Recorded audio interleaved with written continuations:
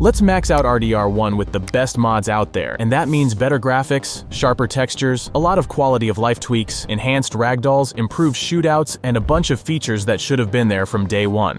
First on my list is Reality Redemption Overhaul Project, and the difference is noticeable right away. But before breaking down what it actually does, I'm also stacking it with the reimagined preset to push the visuals even further. With both installed, we immediately get revamped lighting, cleaner color grading, and improved post-processing that brings the game much closer to Red Dead Redemption 2. But this isn't just about filters. Reality Redemption goes way deeper. It overhauls the weather system with improved cloud and weather variations, making the skybox feel far more natural. Fair weather now has more visible cloud formations, and the sky colors are more vibrant without looking overdone. Textures also get a serious upgrade. Since the mod includes the vanilla terrain and vegetation texture overhaul, a huge portion of the game world is reworked. Roads, trails, and cliffs are upscaled to 4K, while other terrain textures like ground surfaces, rocks, and landscapes are upgraded to 2K resolution. Grass and foliage textures are upscaled to 1K, which makes a big difference when riding through open areas. What I really like is that everything stays true to the original art style. Nothing looks modernized or out of place. It still feels gritty, rough, and very much like classic Red Dead Redemption. And it doesn't stop there. Reality Redemption also improves reflection quality, increases draw distance for the map and vegetation, enhances particles and debris, and tweaks a lot of smaller details across the game. It's easily a must-have if you want to improve the game visually, and from what I've seen, the author is already working on a new version with reworked horses, saddles, weapons, player textures, and even more changes coming later on.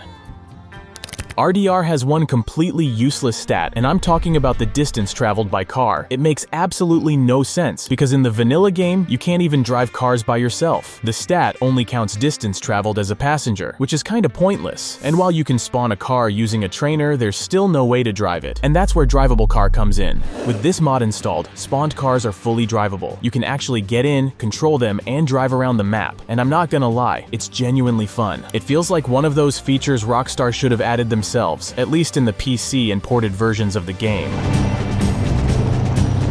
To make things easier, I also made the car spawnable with space plus F, so I don't have to open a trainer every time I want to use it. And that's actually a good moment to mention today's sponsor, Boot.dev, because this kind of stuff is exactly why I started using it. Boot.dev is a platform for learning backend development, and the way it teaches is surprisingly engaging. You learn Python, SQL, and Go step by step, but instead of boring tutorials, it's structured like a game. You earn XP, level up, unlock achievements, complete quests, and fight bosses, all while writing real code. What I really like is that you're not just learning theory, but you're building actual projects. The same kind of logic and problem solving you'd use when editing scripts or working as a backend developer. And if you ever get stuck, you can ask Boots, their built-in assistant. He understands the lesson you're on and helps you move forward. And there's also the spellbook, which keeps short summaries of everything you've learned so far, so you can quickly refresh things you forgot. Every lesson on Boot.dev is available in guest mode, so you can try it before paying. But honestly, it's worth it. Backend development is one of the best paying and most flexible roles right now, often remote or hybrid, with salaries well over 6 figures in the US. I've been using it for the past few weeks, and it genuinely made learning and understanding code feel way more natural. So if you're interested in making your own scripts for GTA or Red Dead, or you're thinking about getting into backend development more seriously, check out Boot.dev and use code INTER to get 25% off your first payment. The link is in the description and the pinned comment.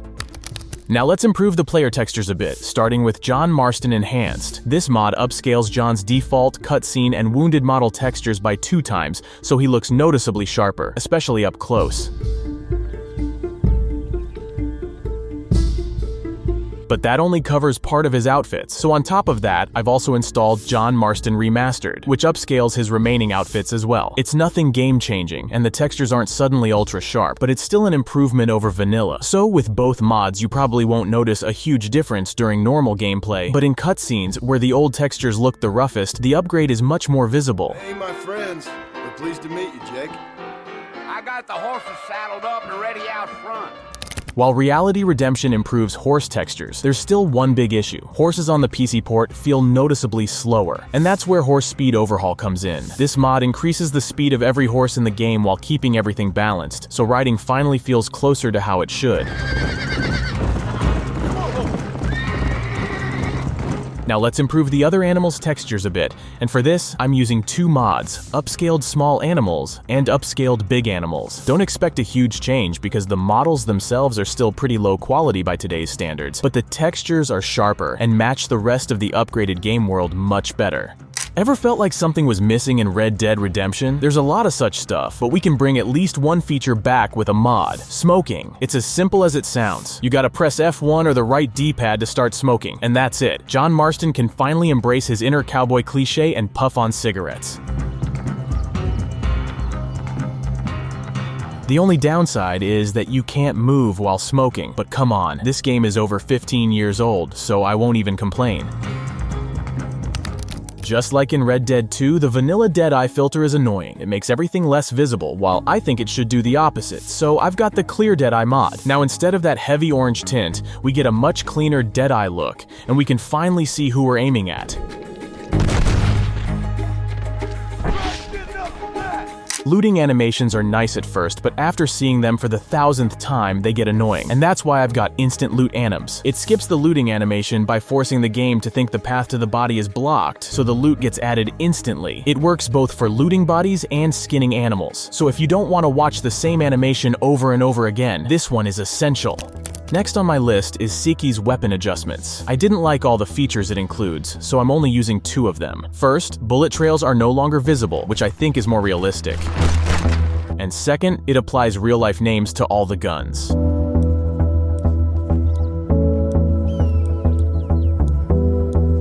And still on the weapons topic, have you ever noticed how you can shoot through cloth at Pike's Basin? Unfortunately, that effect doesn't apply to other surfaces like wood, unless you install the bullet penetration mod. With this one, you can shoot through wood and thinner metal, which makes gunfights feel way more intense. My time's over, kid.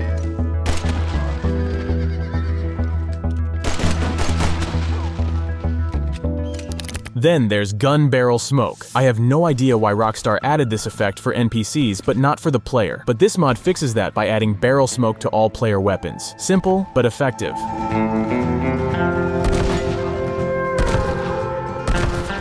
Euphoria ragdolls aren't bad in Red Dead, but they could definitely be improved, and that's exactly what realistic natural motion does. It makes shootouts way more interesting, because NPCs now react much more realistically when getting shot. You'll notice the difference with pretty much every type of hit.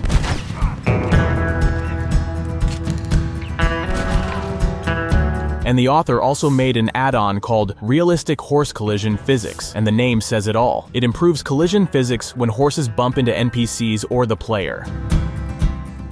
One annoying thing I noticed during all these shootouts is the auto-holstering. The game holsters your weapon about 3 seconds after you stop using it, and that's way too fast. And that's why I'm using auto-holstering unholstered. There's actually no magic behind this mod. The author noticed that one of the game files should include a line called Hold Mode Time Out Tune, but Rockstar never added it. So once you add that line, you can manually set how long it takes before the weapon gets holstered, and in my case, it's set to over a minute.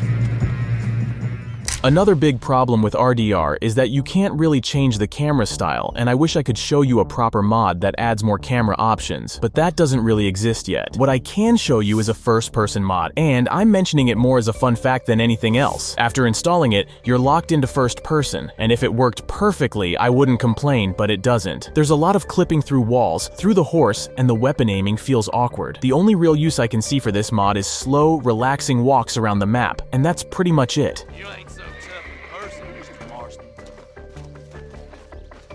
The only thing you can really do with the camera in real time is change the field of view using RDR FOV Changer. You can increase or decrease it using num8 and num2, reset it to default with num0, and save your settings with F9. It's a simple mod, but at least it gives us a bit of camera customizability.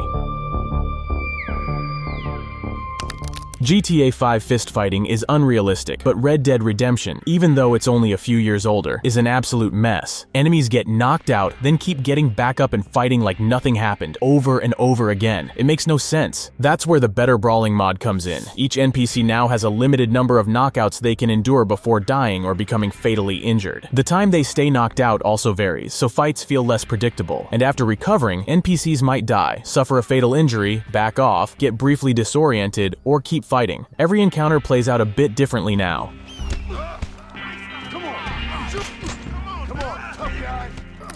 When trying to lasso an NPC while on a horse, you normally have to hold the right mouse button, which gets annoying fast. And a perfect solution for that is Lasso Lock. From now on, the player automatically holds the lasso until you press F to release it, or until the NPC dies. It's a small mod, but it makes the controls much more comfortable.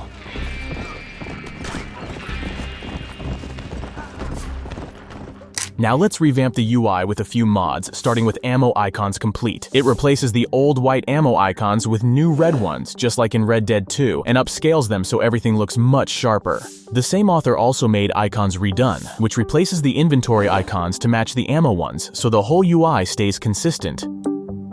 On top of that, I've added colorized weapon wheel icons to bring a bit more life into the weapon wheel. And lastly, waypoint distance, which simply shows how much distance you've got left after setting a waypoint. And just like that, we've installed pretty much everything that helps improve Red Dead Redemption, from graphics upgrades and sharper textures, to quality of life features, better ragdolls, improved shootouts, and more. I honestly expected a lot more mods for this game, but the lack of an official PC port for so long clearly limited how big the modding scene could get. But still, the mods that are available are absolutely worth checking out, and they improve the game way more than I expected. Thanks for watching till the end, and I genuinely recommend checking out Boot.dev. It made understanding and working with code way easier for me. The link is in the description and the pinned comment down below.